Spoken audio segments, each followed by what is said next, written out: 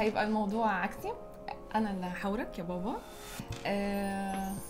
هسألك سؤال ماشي. انا من كام يوم بتكلم مع واحده صاحبتي، هي كلام جاب بعضه طبعا، مش شكوى. ان لا هي بتشتكي. ما كانتش بتشتكي قول اسمها عشان شفنا. مشاكلها مع باباها. هو دايما بيعاتبها انت مش موجوده، انت واحده تانية، انا معرفكيش، انا مش عارف ايه. طبعا في تفاصيل كتير. سؤال ليكوا كأب، بتبقى مستني مني ايه كبنت ان هو ايه اعمله معاك كعلاقه؟ يعني انا دايما لو انا بنت الاب، انا مثلا مستنيه بابا يهتم بيا في حته، يسالني دراستي مش عارف ايه بتاع، بعيدا عن الماديات، عشان معظم البنات ببقى بجد مش بوصلكم كماديات، لا بيبقى في علاقه اهم. انت بقى كأب مستني مني ايه كبنت؟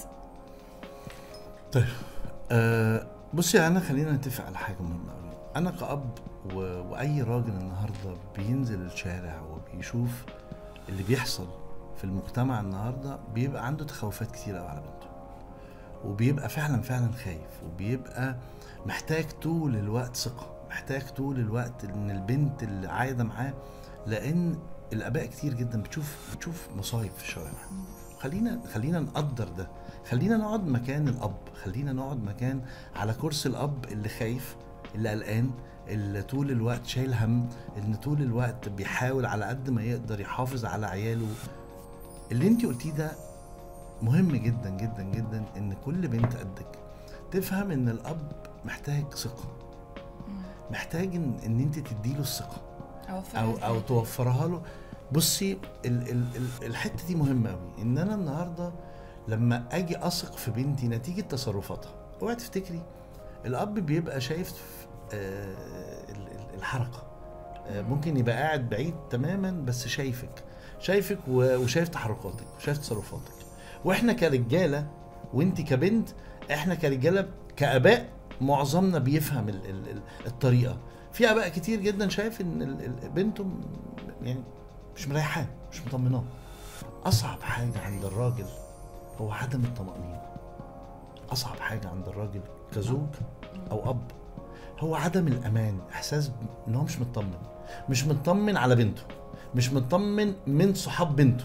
خدي بالك انتوا ممكن تبقوا شلة فيها 15 بنت، هو شاف بنت اخلاقها وحشة او اسلوبها وحش او طريقتها وحشة، وهي حبيبتي جدا، انت مش واخده بالك، انت شايفاها فلانة حبيبتي طب في فعلا حتة اللي هو انا كراجل نظرتي غير؟ طبعا زي ما انت كست النهارده او بنت نظرتك غير للراجل، فكل واحد بياخدها من نظرته.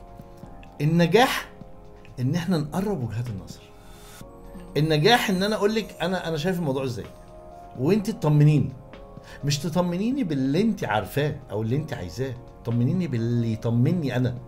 طب ما هقول لك، اسالك انت مثلا بتشتكي من الاكس دي من صاحبتي ان هي وحشه وانت اللي شايف، يعني فاهم؟ انا فعلا مش شايفه، يعني انا فعلا شايفه ان ايه ده، دي جدعه. انت بتقولي مثلا هزارها، كلامها، لبسها، فطب يا بابا والله هي محترمه، والله هي جدعه، والله مش، طب انا مش عايزه اخسرها، طب انت ليه بتحطني، طب انت ليه بتتدخل اصلا في حته اخسر او مش اخسر؟ بيبقى دايما اللي هو بيبقى عندي انا مثلا، لو هتكلم عن نفسي كهنا، طب ما تسيبني اشوف، ما تسيبني، طب وبعدين وخسرتها، خليت شكلي وحش بشكل اللي هو انا بخسرها وهي فعلا ما عملتليش حاجه، ان في مثلا مقدمه لي حاجات كتير جدا من علاقتنا، من بدايه علاقتنا. فانت يا بابا مجرد مثلا ما شفت لبسها فانت حكمت عليها، مجرد ما شفت هزارها وصوتها العالي وانت حكمت عليها. فانا فاهمه ان هو بصت الناس مش هيبصوا لصاحبتي بس، هيبص ليا انا وصاحبتي. طب توصلها لي ازاي؟ طب اول حاجه لازم تفهميها قبل ما اوصلها لك، ودي مهمه جدا. الاب هنا بيبقى شايف بنته مع البنت دي في الشارع شكلهم عامل ازاي، لان انا واي اب لما بينزل الشارع بيشوف البنات بتهزر مع بعض ازاي، فبيتخيل بنته، انا بنتي ممكن تكون شكلها كده في الشارع، قدري دي لان دي كبيره عند الاب. 1 2 النهارده عدم الثقه اللي هو شايفه واللي هو حاسه بنسبه كبيره بيبقى حقيقي، بتكتشفي بعد كده. وبيبقى عايز ايه، اي اب النهارده بيبقى عايز يقرب المسافات، زي ابائنا وامهاتنا كانوا اوعى تعمل كذا اوعى تعمل كذا، بس مع الوقت ما كناش بنسمع. بعد ما فات الاوان يا ريتني كنت سمعت.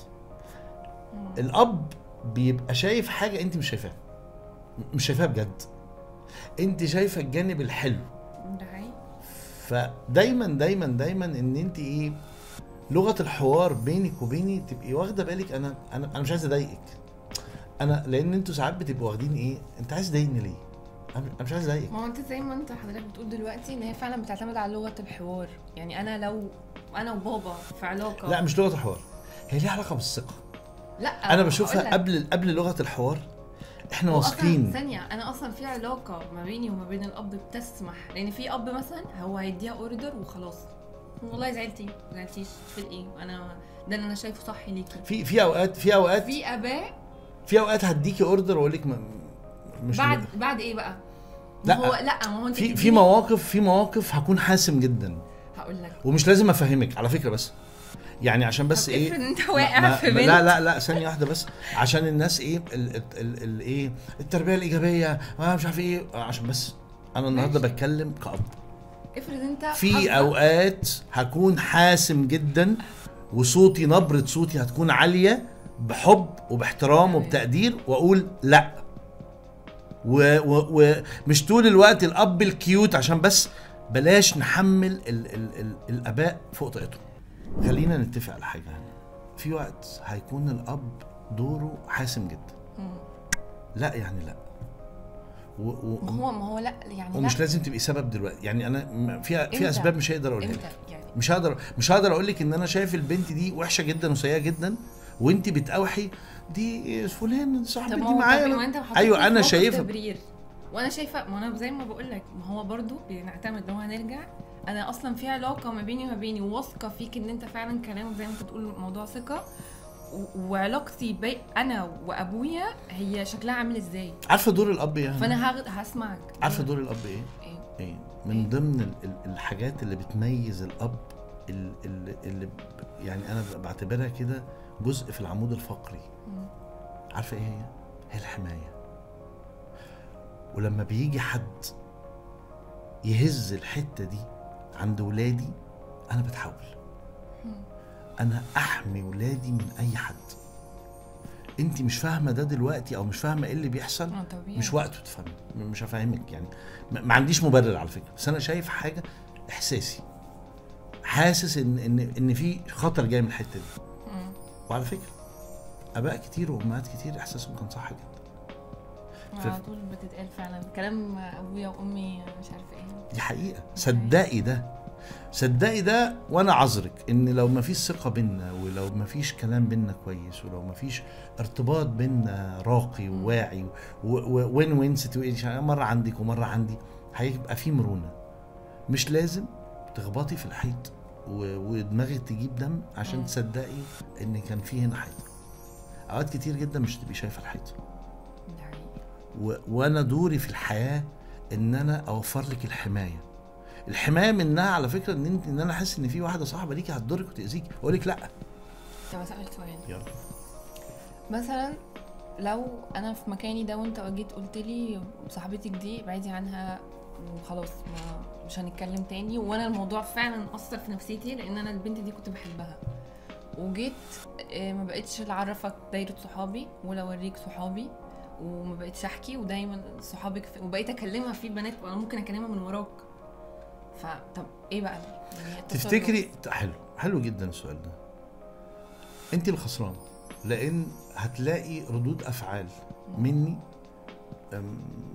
هتضايق، فقدت ثقه خلاص يعني انا بقيت بقى ايه، عارفه اللي هو ايه، سوري في اللفظ، يعني واحد بيلوش يعني، انا مش فاهم انا بعمل ايه، والمهم ان انا احمي. يعني خدي بالك، خديها من حته، انت لو فهمتي دوري ايه هتستوعبي الحمايه من كل حاجه، الحمايه من اي اذى. ده على فكره ده خلقتي كده، ده باي ديفولت كده.